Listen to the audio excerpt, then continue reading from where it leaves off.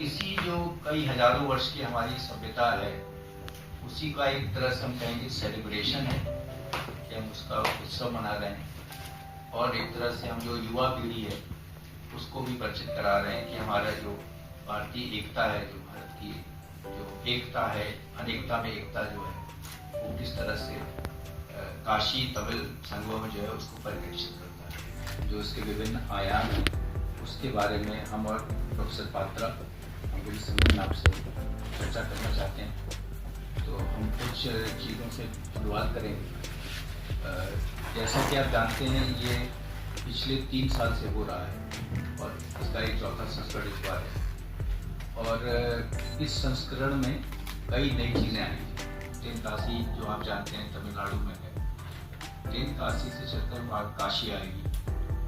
और इसका जो यात्रा है, जो इसका उसको हम लोग ने नाम दिया हुआ है अगस्त्य एक्सपीडिशन, कि हमारे काशी के 300 बच्चे वो जाएंगे तमिलनाडु। तो ये टीम जो है एकेडमिक प्रोग्राम को डिजाइन कर रही है कि उसमें कौन है जो लेक्चर देगा। वो जरूरी नहीं कि वो BHU का हो सकता है बाहर का, हो सकता है काशी के बाहर का भी। हम लोग ने इसमें सीमित नहीं रखा है कि केवल अपने संसाधन पे ही रखें, लेकिन जो थीम है उस थीम को सबसे अच्छे तरीके से कौन समझा सकता है, उसको ही हम लोग ने लिया। फिर दूसरा एक इसमें बहुत इंपॉर्टेंट एलिमेंट इस बार हम लोगों ने इंट्रोड्यूस किया है, वो एलिमेंट है कि केवल लेक्चरिंग नहीं होगी, केवल व्याख्यान नहीं होगी। व्याख्यानों की अपनी उपयोगिता होती है, लेकिन अगर हम केवल व्याख्यान देंगे तो उसमें कई बार हो जाता है कि हम जो जिसको हम व्याख्यान दे रहे हैं उससे हम उतना नहीं जुड़ पाते हैं जितना हम जुड़ सकते हैं।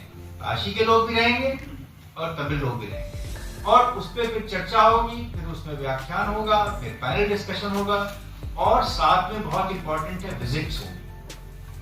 अब जैसे भारत कला भवन, हमारी लाइब्रेरी है, हमारा जो इंक्यूबेशन सेंटर है, जो महामना आर्काइव्स है, जो ओंकारनाथ ठाकुर ऑडिटोरियम है, मतलब हर जगह में जाके, जैसे जो म्यूजिशियंस का जो ग्रुप है उसके लिए तो स्पेशल विजिट हमारी जो एक म्यूजिक की लैब उधर है, जिसका जैसे करके है उसके हिसाब से। तो ये जितने हमारी चीज़ें उपलब्ध हैं प्रांगण में वो लिटरेचर जो जो बच्चे हैं उनको जो है वो लिटरेचर पढ़ना है, और उसके बेसिस पे उनका एक परीक्षा होगी। 7 दिसंबर को एक परीक्षा होगी।